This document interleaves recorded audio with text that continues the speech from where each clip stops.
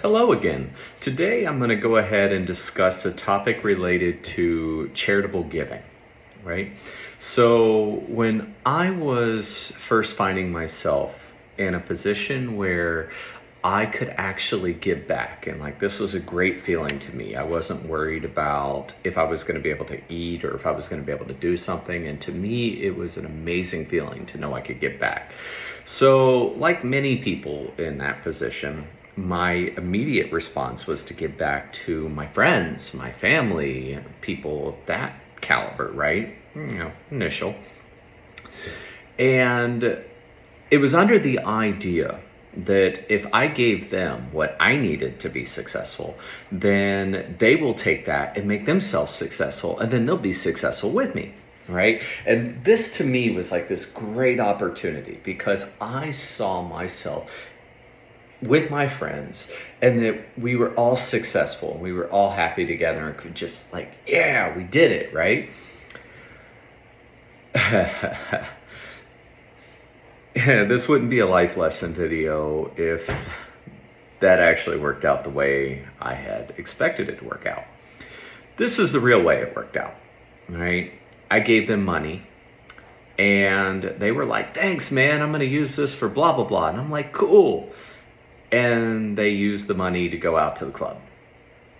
Thanks, man, I'm going to use the money for blah, blah, blah. All right, awesome. And they used the money for liquor. Thanks, man, I'm going to use the money for blah, blah, blah. And they used it for a down payment on like a freaking four-wheeler. And it's like, bro, like what? Like I gave that to you to help you do this or that, sis, hey, I gave you this money to help you do this or that. What gives? Oh yeah, well, I needed this more. I haven't rewarded myself in a long time. And, I've just been working myself to death and I ain't been blah, blah, blah. It was always the same excuses, right? And if it was just like a one for one, it would have felt a little bit different, right?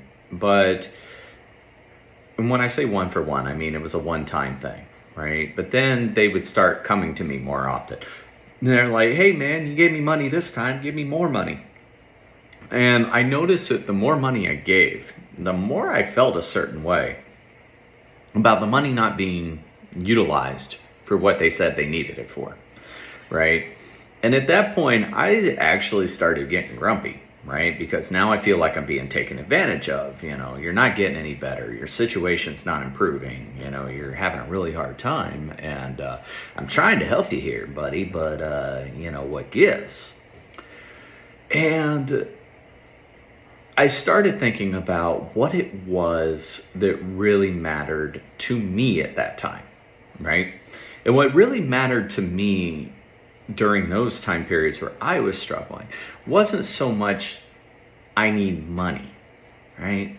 Because I didn't mind working for it. I needed opportunity. And that's an opportunity to prove myself, an opportunity to get a scholarship to help me do such and such, an opportunity to get into this class or get into this job interview or so on and so forth, right? I needed opportunity. And when I asked myself what it was that I really needed, I reshaped how I do a lot of my giving, right? And I started identifying what is it that this person is really asking for, right? If it's just, hey, I want to have leisure on your dime, right? I want to go do leisure stuff on your dime.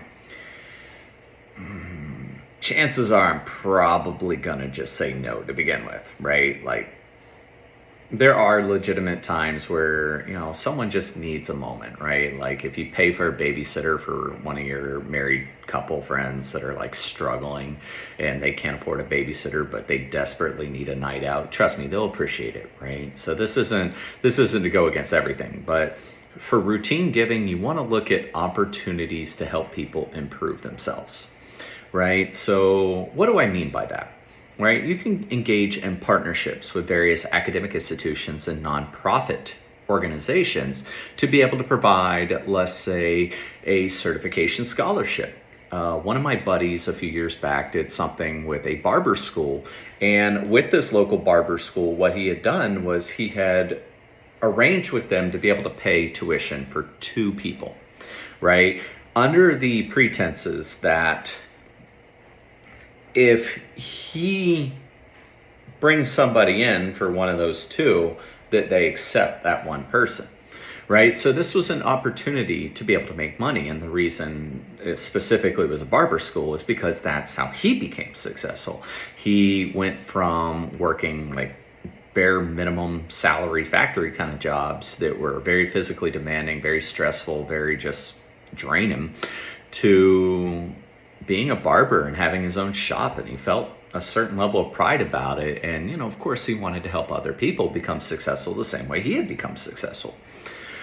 In my case, I've done very similar, right? I happen to be very fortunate to become successful within the tech industry, right? So oftentimes I tend to look at IT credentials, tech credentials as, hey, this is your way up, right? This isn't like these easy grab certifications aren't going to get you to where you're making $100,000 unless you're just like super lucky. But what they are going to do is get you to where you're making a livable wage, and you'll have your own money to be able to make a decision about what you want to do moving forward, right?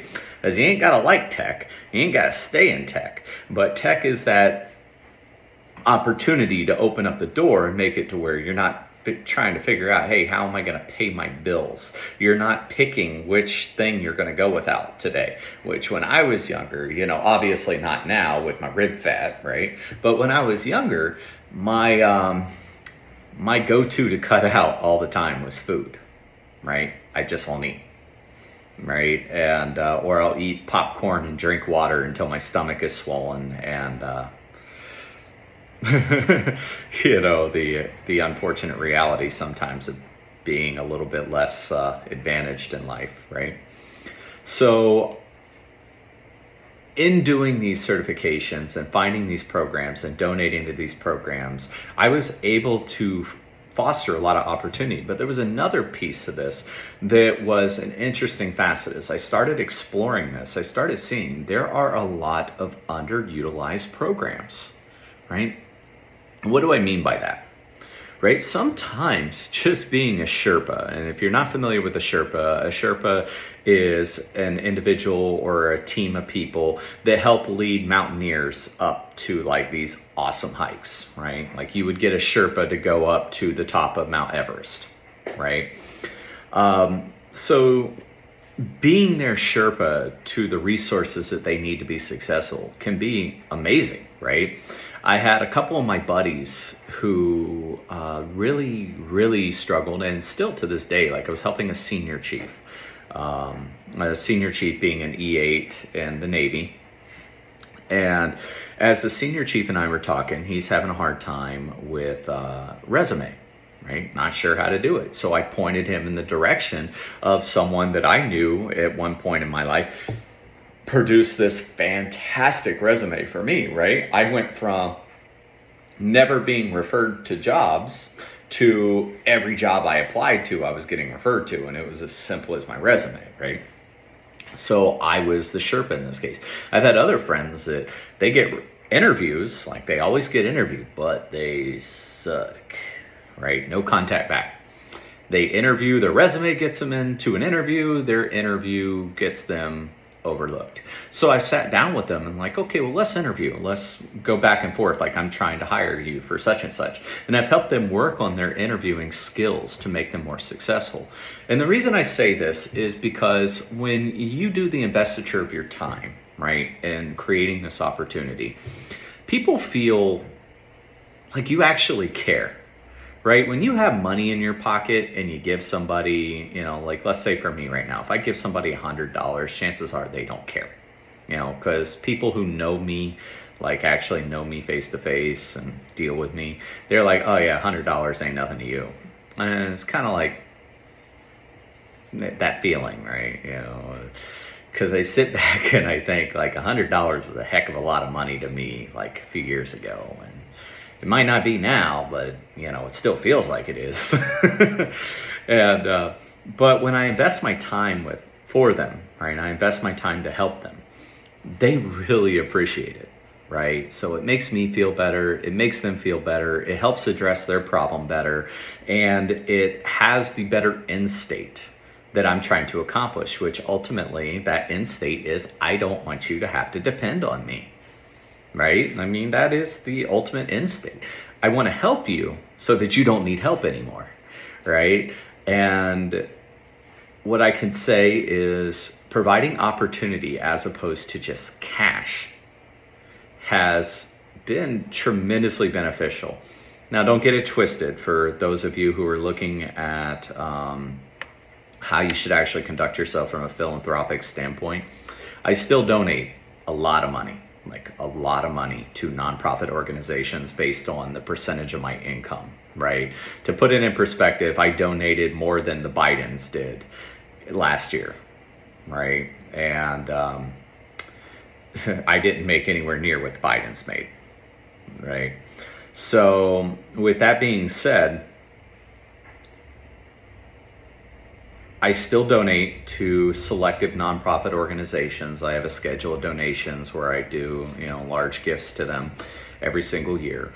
But the important thing for me is that I can still affect those around me. And I did notice that affecting those around me most effectively did not involve just handing out money.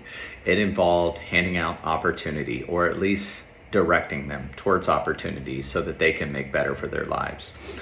And I've seen so many people just absolutely beyond thankful because of that direction and that opportunity and the ability to just completely rebrand their lives. I mean, one thing I can give as a final example is I've helped several friends of mine learn how to manage conflict and confrontations, and be able to speak when they need to speak, right? And on the surface, this would seem like, oh yeah, no real big deal, right? But in practice, it's a really big deal. Some of them have had major issues controlling their temper and their inability to watch their mouths, watch their behavior. That one have been crucial in holding them back. Like those have been major elements that have stopped them from advancing and put them from job to job, and being able to help them learn how to more effectively manage their temper and how to hey, I've had a violated expectation or broken commitment and the relationship is still important. What do I do now? I've helped friends salvage their marriages. I've helped people be able to grow within their careers. I've helped individuals be able to better speak up when they see things not going the way they're supposed to in their jobs. You'd be surprised what you can do just by focusing on opportunity vice I just want to help people, right? So again, the lesson for today was, providing opportunity, not just cash. And I hope this is as helpful for you as it was for me, and being able to make a difference in the impact in the world that you want to make. Remember, the purpose of these videos is to help you become the best version of yourself that you want to be for you. Have a great day.